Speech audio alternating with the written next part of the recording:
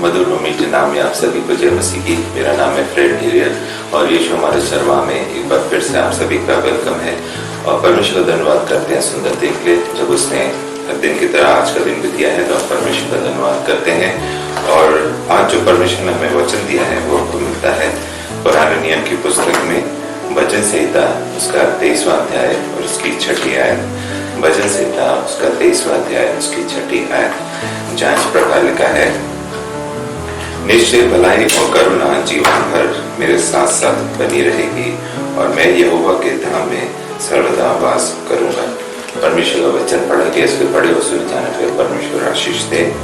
यहाँ पे जो वचन अभी हमने आपको आपके सामने पढ़ा है वो हमको मिलता है भजन संहिता 23:6 में। लेकिन यहाँ पूरा जो अध्याय है भजन संहिता 23 वो अपने आप में कंप्लीट अध्याय है, कंप्लीट वचन है जो परमेश्वर के द्वारा दिया गया है। और यहाँ पर जो शीर्षक इसका है वही है यहोवा मेरा चरवाहा। तो यहाँ पर यहोवा मेरा चरवाहा के विषय में यहाँ पे दिया गया है। और यहाँ जब पूरा वचन को पढ़ेंगे, पूरे इस अध्याय को पढ़ेंगे तो आप परमेश्वर के उन बातों को समझ पाएंगे जो परमेश्वर आपको चरवाहे के रूप में संभालता है। परमेश्वर आपको सुरक्षित रखता है और आपको बचाता है। इसलिए भजनकार अपने भजन में यहाँ पे लिखते हैं कि निश्चय भलाई और करुणा जीवन भर मेरे साथ साथ बनी रहेगी और मैं यहोवा के धाम में सर्वदा वास करूंगा। एक बहुत एश्योरेंस है, बहुत ही यकीन के साथ यहाँ पे भजनकार लिखते हैं कि निश्चय भलाई और करुणा हमारे जीवन में जो भलाई है, करुणा है परमेश्वर की, वो हम सबके साथ बनी रहती है और बनी रहेगी। और एक समय आएगा जब हम यहोवा के धाम में क्या है सर्वदा वास करेंगे। यहाँ पर हम यहाँ पे जिक्र है जब हम संसारिक जीवन में है, ये अर्थली लाइफ वो बोलते हैं हम इसको। जब से यहाँ में इस पृथ्वी पर हम भेजे गए हैं तो यहाँ हम कुछ समय के लिए भेजे गए हैं। हम यहाँ एक राहगीर की तरह है, ये हमारा परमानेंट स्थान नहीं है। हमारा एक परमानेंट स्थान और है, वो कहाँ है? स्वर्ग में है। वो है लाइफ आफ्टर डेथ, जो इटर्नल लाइफ की हम बात करते हैं, उसके विषय में यहाँ पे भजनकार अपने वचन में लिखते हैं। और यहाँ पर जो हम संसारिक जीवन में हैं, जब हम अर्थली लाइफ को हम लेकर जा रहे हैं, चल रहे हैं, तो यहाँ पर तमाम समस्याएं हैं, तमाम तकलीफें हैं, तमाम दुश्वारियां हैं, मुसीबतें हैं, कष्ट है और यहाँ पर सताव भी है। क्योंकि जब हम परमेश्वर में हैं, जब मसीह के वचन को आगे बोलते हैं या मसीह के वचन को प्रचार करते हैं तो लोग क्या है आपका विरोध करते हैं, आपको सताते हैं, आपको प्रचार नहीं करने देते, आपको मसीह का वचन बोलने नहीं देते और तमाम ऐसी रुकावटें आपके जीवन में आती हैं। लेकिन यहाँ पर परमेश्वर का वचन बताता है कि हमें निराश होने की आवश्यकता नहीं है, क्योंकि हमारा ये जो घर है, जो इसको हम अर्थली लाइफ कहते हैं या हमारा जो पृथ्वी पर शरीर का घर है, ये एक दिन क्या है ढा दिया जाएगा। ये शरीर है जो मिट्टी से बनाता है, एक दिन मिट्टी में मिल जाएगा। तो जब शरीर है तो एक ना एक दिन इसको इस शरीर को एक दिन त्यागना होगा। और ये एक समय आएगा जब हम सब अपने उस मुकाम पे पहुंचेंगे, क्योंकि ये जीवन है हमेशा के लिए नहीं है। जब इसमें सांसें हैं, जब तक इसमें दम है, ताकत है, शक्ति है और परमेश्वर की सामर्थ्य है, तब तक हम जिंदा हैं। और जिस दिन परमेश्वर की मर्जी हमारे और आपके जीवन में खत्म हो जाएगी, उस दिन ये शरीर क्या है नष्ट हो जाएगा, खत्म हो जाएगा और हम क्या है मृत्यु को गले लगा लेंगे।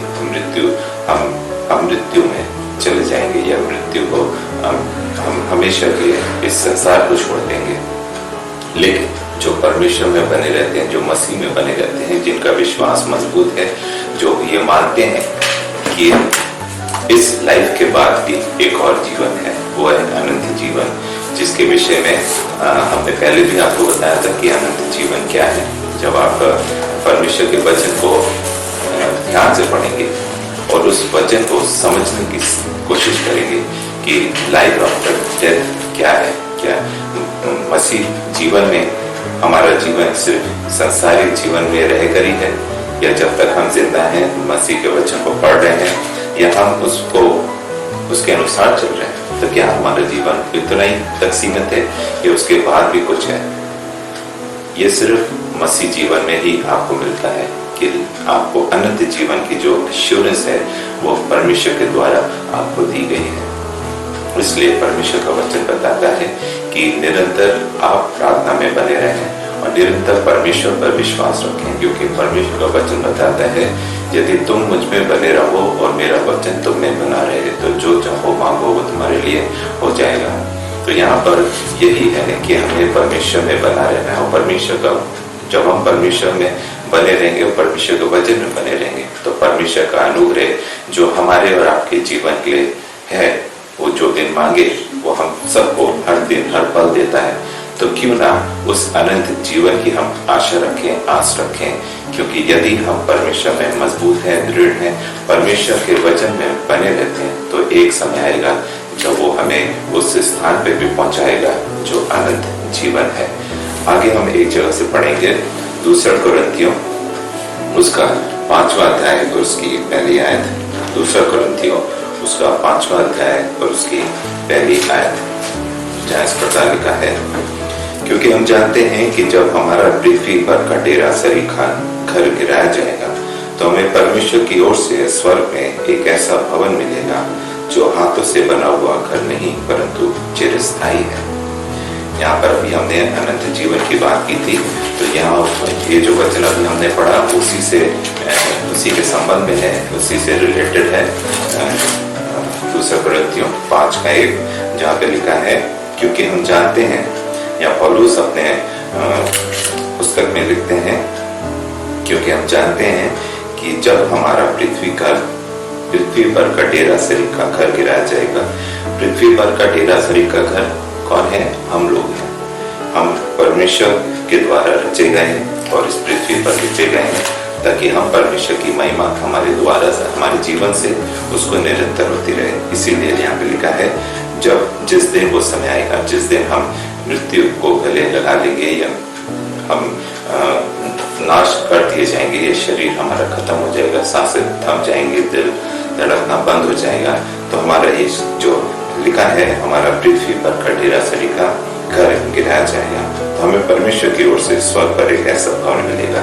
एक बहुत ही एश्योरेंस के साथ यहाँ पर पौलुस अपने वचन में लिखते हैं कि तो हमें परमेश्वर की ओर से स्वर्ग पर एक ऐसा भवन मिलेगा जो हाथों से बना हुआ नहीं है परंतु क्या है? चिरस्थायी है। तो हाथों से बना नहीं है। जिस घर में अभी हम रहते हैं ये हाथों से बनाया है या मजदूरों ने बनाया है। इसको पत्थर, ईंट और रोड़ियों के साथ इसको एक ढांचा दिया गया, दीवारें बनाई गई है, छत बनाई गई है, जमीन में फर्श बनाया गया है। तो यहाँ पर हम रहते हैं। ये घर जो है क्या है? मनुष्य के द्वारा बनाया गया, लेकिन वो हाथों से नहीं बनाया, बल्कि कैसा है? चिरस्थायी है, जिसको हमें इटर्नल होम कहते हैं। तो वो है। इसलिए यहाँ पर किसी भी तरह से हमें परेशान होने की आवश्यकता नहीं है, क्योंकि हमारे पास मृत्यु के बाद भी एक जीवन है, वो है अनंत जीवन। तो हमें उस अनंत जीवन की तरफ अपने कदमों को बढ़ाना है। वो तभी वो मुमकिन होगा जब हमारे अंदर ये विश्वास होगा कि परमेश्वर का पुत्र जो हमारे और आपके लिए इस संसार में आया, जिसने अपने आप को मनुष्य रूप धारण किया और इस संसार में आया ताकि हमारे गुनाहों को वो अपने ऊपर ले ले। और उसने हमारे गुनाहों को, पापों को अपने ऊपर लिया है और उसने क्रूसी मौत सही है। उसने अपने बहुमूल्य लहू बहाया हमारे और आपके उद्धार के लिए, हमारे और आपके लिए बचाव के लिए, कि हम बचाए जा सके, ताकि हम शैतान के जाल में न फंसे, शैतान की राह पर न चले, बल्कि पवित्र बने जिस प्रकार प्रभु यीशु मसीह पवित्र थे, दीन और नम्र बने जिस प्रकार यीशु मसीह दीन और नम्र थे। यदि हमें वो अनंत जीवन चाहिए तो अनंत जीवन के लिए कुछ कंडीशंस हैं, कुछ चीजें हैं, कुछ बातें हैं जो आपको अपने जीवन में हमेशा उतारनी है, उसको समझनी होगी कि परमेश्वर का वचन हमारे और आपके जीवन से क्या चाहता है। इसीलिए यहाँ लिखा है, क्योंकि हम जानते हैं कि जब हमारा पृथ्वी पर का डेरा सरी का घर गिराया जाएगा तो हमें परमेश्वर की ओर से स्वर्ग पर एक ऐसा भवन मिलेगा जो हाथों से बना हुआ नहीं, परंतु क्या है, चिरस्थायी है। तो आज जब तक आप इस संसार में हैं, जब तक इस पारिवारिक जीवन में हैं या अपनी जिम्मेदारियों में हैं, तो आप यहाँ पर रहते हैं मनुष्य के द्वारा हाथों से बनाए हुए घर में। लेकिन जब आप मसीह जीवन में आगे बढ़ते हैं और मसीह जीवन को ग्रहण कर लेते हैं और उसे अपना उद्धारकर्ता ग्रहण करते हैं, तो आपके पास एक आशा है, एक आस है, एक उम्मीद है कि आपके मरने के बाद भी आपको एक परमेश्वर के द्वारा स्वर्ग में जो हाथों से बना नहीं है वो घर मिलेगा, जो चिरस्थायी है, जो अनंत है, जो इटर्नल होप जिसको हम कहते हैं। तो वो एक एश्योरेंस आपके सामने यहाँ पर इस वचन में दिया गया है। 2 कोरिन्थियों 5 और 1 में एक जगह से हम और पढ़ेंगे। 2 तिमुथी उसका 4 अध्याय उसकी 18 है। 2 तिमुथी उसका 4 अध्याय उसकी 18 है, जहाँ इस प्रकार लिखा है। तिमुथी अपने वचन में लिखते हैं 2 तिमुथी 4:18 में, और प्रभु मुझे हर एक बुरे काम से छुड़ाएगा और अपने स्वर्गीय राज में सुरक्षित पहुंचाएगा। उसी की महिमा युगानुयुग होती रहे, आमीन। कितनी अच्छी बात यहाँ पे तिमुथी अपने वचन में लिखते हैं कि प्रभु मुझे हर एक बुरे काम से छुड़ाएगा। ये जानते हैं, तिमुथियुस भी जानते हैं कि परमेश्वर ही है जो हर एक बुरे काम से आपको और हमको छुड़ाएगा। जिस प्रकार तिमुथी अपने वचन में लिखते हैं, वही एश्योरेंस, वही यकीन, वही विश्वास हमारे और आपके जीवन में भी आज होना चाहिए कि यदि हम किसी बुरे कामों में हैं, तो हमें कौन छुड़ा सकता है, हमें कौन बचा सकता है? सिर्फ और सिर्फ प्रभु यीशु मसीह। तो हमें और आपको इस बात पर यकीन और विश्वास करने की जरूरत है कि हम भी कह सकें कि प्रभु हमें हर एक बुरे काम से छुड़ाएगा और अपने स्वर्गीय राज में सुरक्षित पहुंचाएगा। उसका जो स्वर्गीय राज है, जिसकी हम अभी बातें कर रहे थे, अनंत जीवन की, तो उसका जो स्वर्गीय राज्य है उसमें आपको और हमको क्या है, सुरक्षित पहुंचाएगा। और हमारे जीवन से प्रभु यीशु मसीह को महिमा मिले युगानुयुग। जब तक हम जिंदा हैं, परमेश्वर का वचन बताता है, जब तक शरीर जिंदा है या शरीर में जान है, तब तक हम उसकी क्या कर सकते हैं, महिमा कर सकते हैं, उसकी बड़ाई करते हैं, उसकी स्तुति कर सकते हैं। मृत शरीर कभी परमेश्वर की स्तुति और महिमा नहीं कर सकता, बड़ाई नहीं कर सकता। तो आज हम जिंदा हैं, हमारे सांसें चल रही हैं, हम यहाँ पे खड़े हैं, बोल रहे हैं और हम देख रहे हैं, हम सुन रहे हैं, हम चल फिर रहे हैं। तो जब तक हम ये सारे कामों को कर रहे हैं, तमाम संसारिक काम कर रहे हैं, तो हम अपने जीवन से परमेश्वर की महिमा क्यों ना करें, परमेश्वर की बड़ाई क्यों ना करें? क्योंकि सारी चीजें क्या है, परमेश्वर के द्वारा ही मिली, उसके द्वारा ही रचित और बनाई गई है। तो हमारा पहला कर्तव्य, हमारा पहला फर्ज यही है कि हमारे जीवन से परमेश्वर को क्या है, स्तुति मिले, महिमा मिले, और वो भी कब तक, युगानुयुग तक। आज जब तक हम जिंदा है, आगे भी हमारे द्वारा उसकी महिमा हो, उसकी बड़ाई हो, स्तुति हो। तो आज इस बात को अपने जीवन में लेकर आए और इस विश्वास से आप भी ये कहने पाएंगे कि प्रभु मुझे हर एक बुरे काम से छुड़ाएगा और अपने स्वर्गीय राज में सुरक्षित रखेगा। परमेश्वर इन जो वचन अभी हमने आपके सामने बांटे हैं, वो हैं, आपको बताया है, कोशिश करी है कुछ चीजें सिखाने की। तो उम्मीद करते हैं कि आप परमेश्वर में निरंतर आगे बढ़ें और इन वचनों में आप उस बात को तलाशें जो वचनकार के द्वारा लिखे गए हैं या पौलुस के द्वारा कुरिन्थियों में बताया गया है, या तिमुथियुस के द्वारा 2 तिमुथियुस 4 और 18 में लिखे गए हैं। तो इन वचनों में जब आप अपने आप को तलाशेंगे, अपने आप को रखेंगे, तो आप ये इस बात को कह सकेंगे कि परमेश्वर निश्चय भलाई और करुणा जीवन भर मेरे साथ साथ बनी रहेगी और मैं यहोवा के धाम में सर्वदा वास करूंगा।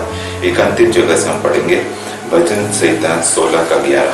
अंतिम जगह से हम पढ़ेंगे भजन संहिता 16 का 11 अध्याय, जहाँ यहाँ लिखा है, तो मुझे जीवन का रास्ता दिखाएगा, तेरे निकट आनंद की भरपूरी है, तेरे दाहिने हाथ में सुख सर्वदा बना रहता है। कितनी अच्छी बात लिखी है। यहाँ पे भजनकार 16:11 में लिखते हैं कि तू मुझे जीवन का रास्ता दिखाएगा। आज हम अंधकार में यदि हैं या गलत काम में हैं या किसी ऐसी परेशानियों में उलझे हुए हैं, तो परमेश्वर को आप समर्पित करें अपने आप को और परमेश्वर से दुआ प्रार्थना करें, उसके सामने बैठे, उसके साथ बैठे और वो एक रिश्ता कायम करें जो आप परमेश्वर के साथ बनाना चाहते हैं, रखना चाहते हैं। तभी आप अपने जीवन में भी इस बात को रख सकते हैं कि तू मुझे जीवन का रास्ता दिखाएगा, तेरे निकट आनंद की भरपूरी है। यदि हम परमेश्वर के निकट बने रहेंगे तो परमेश्वर के निकट आनंद की भरपूरी को भी हम क्या है ग्रहण कर पाएंगे, महसूस कर पाएंगे। और इसलिए परमेश्वर का वचन बताते हैं यदि तुम मेरे निकट आओगे तो मैं भी तुम्हारे निकट आऊंगा। आज हम क्या तैयार हैं परमेश्वर के निकट आने को, परमेश्वर को ग्रहण करने को, परमेश्वर को अपना उद्धारकर्ता ग्रहण करने के लिए? यदि नहीं तो आज ही परमेश्वर के निकट आए, परमेश्वर के इस वचन को ग्रहण करें जो परमेश्वर का जो जिंदा कलाम है हमारे और आपके जीवन के लिए दिया गया है। आगे लिखा है तेरे दाहिने हाथ में सुख सर्वदा बना रहता है। परमेश्वर के दाहिने हाथ में क्या है? सुख भी है जो सर्वदा बना रहता है। तो अगर आपको आज कोई निराशा है, कोई ऐसी परेशानी है जो आप शायद किसी और के साथ नहीं शेयर कर सकते, लेकिन आपके पास एक पिता है जो आपको अपना पुत्र कहता है, जो आपको जिसने रचा है, जिसने बनाया है, वो इस बात की आपको विश्वास दिलाता है कि आपको दाएं या बाएं देखने की जरूरत नहीं है। परमेश्वर के हाथ में अपने आप को समर्पित करें और इस बात को अपने अंदर बैठा लें कि परमेश्वर के दाहिने हाथ में क्या है? जो सुख है, जो सर्वदा बना रहता है। तो आशा करते हैं इस छोटे से वचन के साथ आपने थोड़ा बहुत कुछ सीखा होगा। यदि कुछ सीखा है तो इस वचन को आप जो वचन संहिता 23:6 जो मैंने पढ़ा वो तो आप पढ़ें, लेकिन साथ में वचन संहिता 23 पूरा पढ़ें, क्योंकि यहाँ पर यहोवा मेरा चरवाहा है इसके विषय में दिया गया है कि आप किसी भी बुरी परिस्थितियों से क्यों ना गुजरे। यदि आप परमेश्वर में बने रहेंगे तो परमेश्वर का वचन भी आप में बना रहेगा और वो आपको संभालेगा, वो आपको सुरक्षित रखेगा और उसके दाहिने हाथ क्या है? सुख है जो सर्वदा आपके और हमारे जीवन में बना रहता है। मैं गॉड ब्लेस यू।